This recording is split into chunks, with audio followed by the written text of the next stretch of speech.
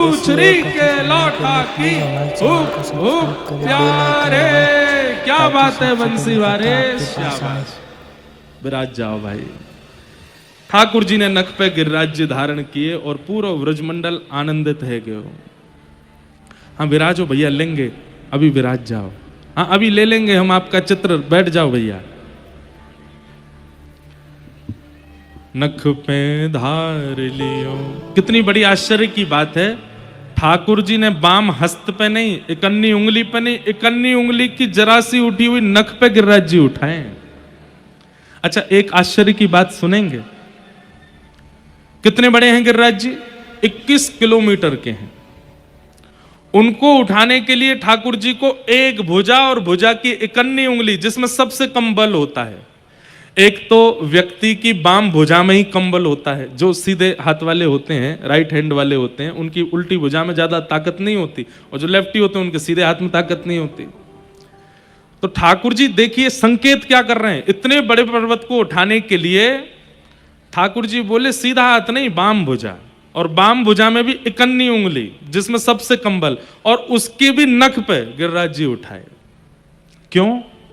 क्योंकि गिरिराज धारण करने में प्रभाव का काम है, इसलिए ठाकुर जी ऐसे ही खड़े हो गए जैसे रुई का फोआ उठाया है। लेकिन 50 ग्राम की वंशी उठाने में 2 भुजा का प्रयोग करते हैं, और 2 भुजा भी नहीं उठाते हैं। जैसे कोई भारी वस्तु उठाते हैं तो व्यक्ति टेढ़ा मेढ़ा हो जाता है, व्यक्ति के सारे जोर लग जाते हैं। गिरिराज जी उठा रहे हैं बिल्कुल सीधे खड़े होकर के, वंशी उठाते हैं तब 2 भुजा लगाते हैं, पैर दोनों टेढ़े करते हैं, कमर भी तिरछी करते हैं, मुख भी टेढ़ा करते हैं, तब वंशी धारण करते हैं। ये 2 स्वरूपों में आप परिवर्तन क्या अनुभव करते हैं कि गिरिराज धारण करने में सीधे खड़े इकन्नी उंगली पर उठा लेते हैं इतने बड़े पर्वत को, और 50 ग्राम की वंशी को 2 भुजा इतने टेढ़े मेढ़े होकर 2 भुजा दोनों पैरों को त्रिभंगी करके तब धारण करते हैं।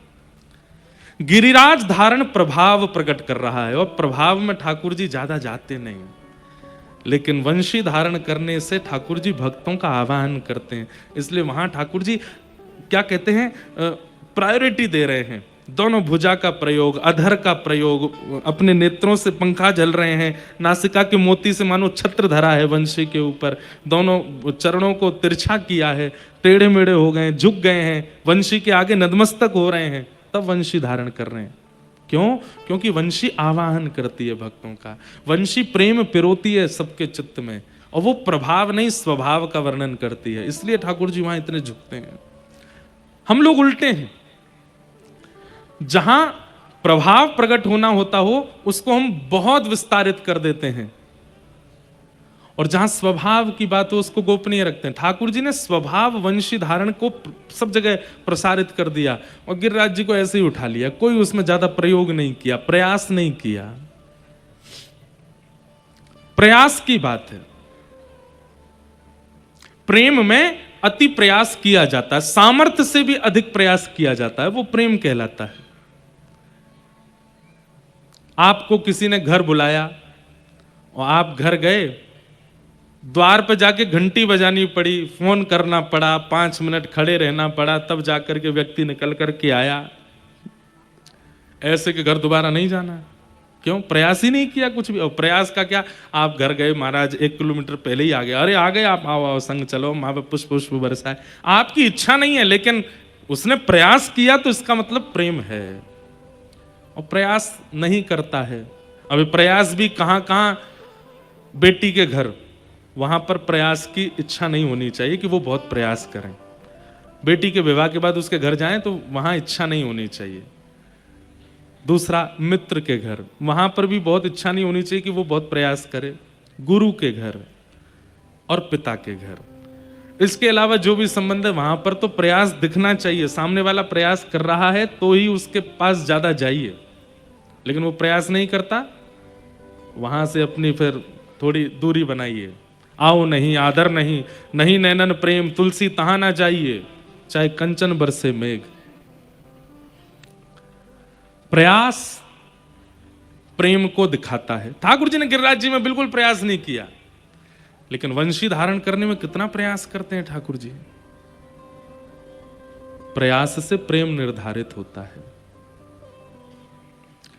आज की भाषा में बोलते हैं एफर्ट्स, कौन कितने लगाता है, उससे प्रेम का पैरामीटर पता चलता है। एफर्टलेस है व्यक्ति, इसका मतलब प्रेम नहीं करता।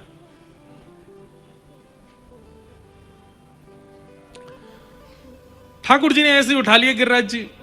अब जैसे गिरिराज जी उठाए, सब ब्रजवासी नीचे आ गए। अब तो ब्रजवासी ने अपनी अपनी छड़ी लगा ली नीचे, क्योंकि गिरिराज जी बीच में खड़े हैं। ठाकुर जी कभी इधर को जामे, कभी इधर को जामे, ब्रजवासी नीचे छड़ी लगावे। और ये पूंछरी के लौठा कौन है? ये हनुमान जी महाराज हैं। हनुमान जी महाराज गिरिराज जी में ही रहते हैं। द्वापर युग में ठाकुर जी की कृष्ण लीला का दर्शन करने हनुमान जी गिरिराज जी में रहते हैं।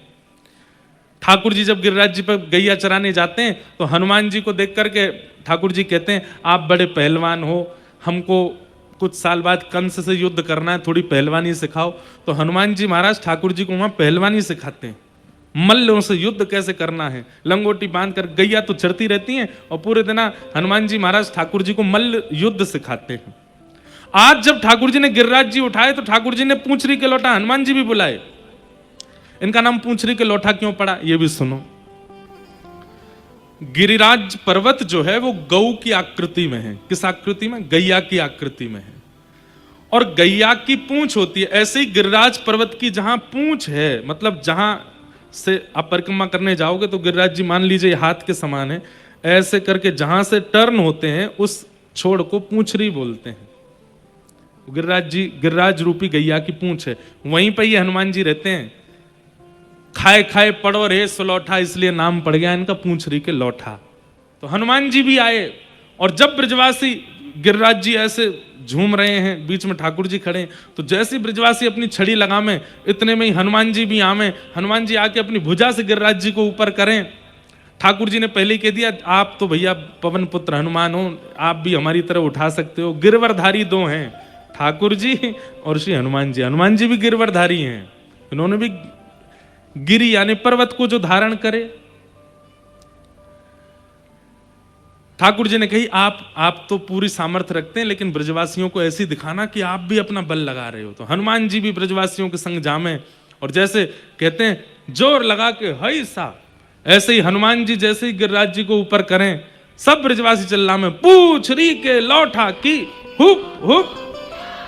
और जैसे ही हुप हुप करें तो गिरिराज जी ऊपर हो जाएं और जैसे ही समान हो में तो सब ब्रजवासी कहें, क्या बात है वंशी वारे, शाबाश। इसलिए ये जय जयकार ठाकुर जी को बड़ा प्रिय है। पूंछरी के लौठा की हुप हुप प्यारे।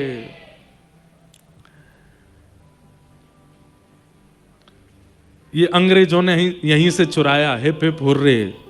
ये पहले तो ब्रज में ही आ गया था। पूंछरी के लौठा की।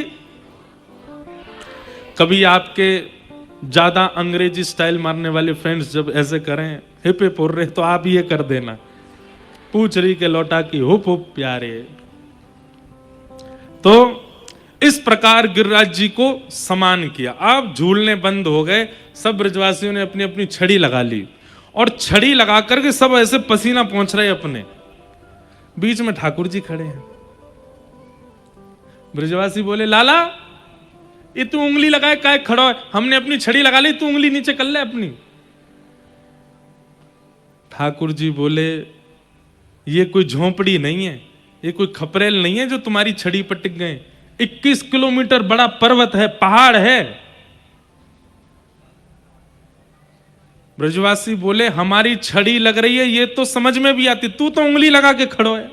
लाला ये कोई रुई को फुआ ना है जो तू ऐसे खड़ो है। ठाकुर जी बोले, आप अपनी छड़ी हटा लो, हमने गिरिराज जी धारण कर रखे हैं। सब ब्रजवासी बोले, हम बे तेरी उंगली पर टिक रहे हैं ये गिरिराज जी। बोले, और नहीं तो क्या तुम्हारी छड़ी पर टिक रहे हैं? बोले, और नहीं तो हमारी छड़ी पर टिक रहे हैं। ठाकुर जी बोले, तो हम अपनी उंगली हटा लें? हाँ लाला नीचे कर ले, बैठ जा, तू तो आराम से बैठ नीचे, हमने छड़ी लगा ली अपनी। ब्रजवासी बोले, देख, ठाकुर जी बोले, देख लो, संभाल लेना। बोले, हम संभाल लेंगे, तू हटा ले। जैसे ही ठाकुर जी ने नेक उंगली नीचे करी, महाराज चट चट चट चट सबकी छड़ियां टूटने लगी। गिरिराज जी गड़गड़ करके नीचे आने लगे। सब ब्रजवासी बोले, लाला संभाल संभाल संभाल। ठाकुर जी ने फिर से अपनी उंगली लगाई। अब तो दूर दूर तक एक भी छड़ी नहीं है। 7 वर्ष के ठाकुर जी के नख पर गिरिराज जी धारण है। और ये दृश्य देख करके सब ब्रजवासियों के रोंगटे खड़े हो गए, सबके नेत्र खुले के खुले रह गए। टूटी टूटी छड़ियों को घुमा घुमा के देखें, लाला ये सांची में तेरी उंगली पर टिक रहे हैं। ठाकुर जी बोले हम बे, क्यों? ठाकुर जी बोले हम जय जय हैं या हमारी उंगली पर टिक रहे हैं। ब्रजवासी बोले दोबारा बोलियो लाला, नहीं एक बार और बोलियो, कहा है तू? ठाकुर जी बोले हम जय जय हैं या हमारे टिक रहे हैं। ऐसा कौन सा काम किया आपने जो आप जय जय? अच्छा 6 दिन के मैंने पूतना मारी, 3 महीना के मैंने तृणावर्त मारो, अघासुर मारो, बकासुर मारो, धेनुकासुर मारो, कालिया नाग भगा दियो, सबरे काम तो मैंने किए और फिर मैं जय जय क्यों ना हूं? चल चल बस बस ज्यादा मत बोले लाला, मारी तेने पूतना, बात बना रो, खड़ो खड़ो। ये भोलापन ब्रजवासियों का। हम अगर उस समय होते, हम और आप, तो हम ये बात मान लेते कि ये भगवान है, पर ब्रजवासी नहीं माने। प्रेम में प्रभुता स्वीकार नहीं होती। आप कितने भी श्रेष्ठ हो, कितने भी योग्य हो, दुनिया के लिए हो, पर प्रेमी के सामने तो आप सहज हो, आप योग्य नहीं हो। अगर आप अपनी योग्यता को प्रधानता प्रेमी के सामने देते हो तो आप अपने प्रेम को नष्ट कर रहे हो। तुम जानते नहीं, देखो संसार मेरा इतना सम्मान करता है और तुम ऐसे मेरे साथ व्यवहार करते हो, मैं कौन हूं तुमको पता? ये बात अगर आपके प्रेम भाव में आ रही है तो आप अपने प्रेम को नष्ट कर रहे हो। आप जो भी हैं, आप बाहर हैं, आप अपने प्रेमी के सामने वो नहीं हो सकते। ठाकुर जी ने कितनी बार कहा है ब्रज लीला में कि मैं भगवान हूं, लेकिन ब्रजवासी ऐसे धूल डाल देते हैं इस बात पे, लाला तू या बात मत कह कर, तू जो कहेगो सब स्वीकार है, पर हम इस बात को नहीं मानेंगे कि तू भगवान है, तू तो हमारा लाला है।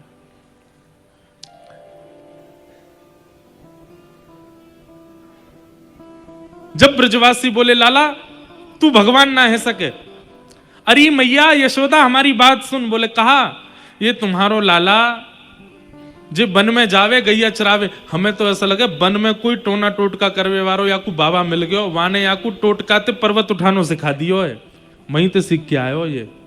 ठाकुर जी बोले मतलब टोना टोटका पे विश्वास है, ये विश्वास नहीं है कि मैं भगवान हूं। तो ना लाला तू भगवान ना, तू तो हमारो लाला है। अब तेने गिरिराज जी कैसे उठाए हमऊ बता। ठाकुर जी कह रहे हैं कछु माखन को बल बढ़ो, कछु गोपन करी सहाय,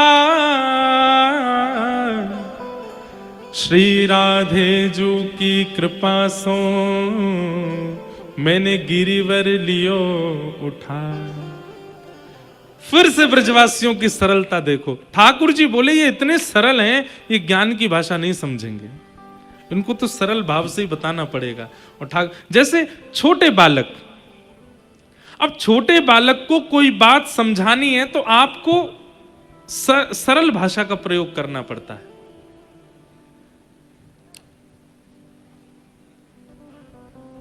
अब छोटे बालक हमको देखते हैं तो अपने माता पिता से कुछ पूछ लेते हैं, ये महाराज जी रेड रेड क्या लगाते हैं, ये महाराज जी ऐसे कपड़े क्यों पहनते हैं, महाराज जी ने नीचे क्या पहन रखा है। वो बात अलग है कि दुर्भाग्य है क्योंकि ये भारतीय वेशभूषा तो यही है, वो जो पहन रहे हैं वो वेस्टर्न है, उसके बारे में उनको पूछना चाहिए। इसके पर फिर भी तो फिर माता पिता उनको बड़ी सरल, महाराज जी ना जय जय की पूजा करते हैं इसलिए ऐसे पहनते हैं, इसलिए ऐसे रहते हैं, इसलिए ये लगाते हैं।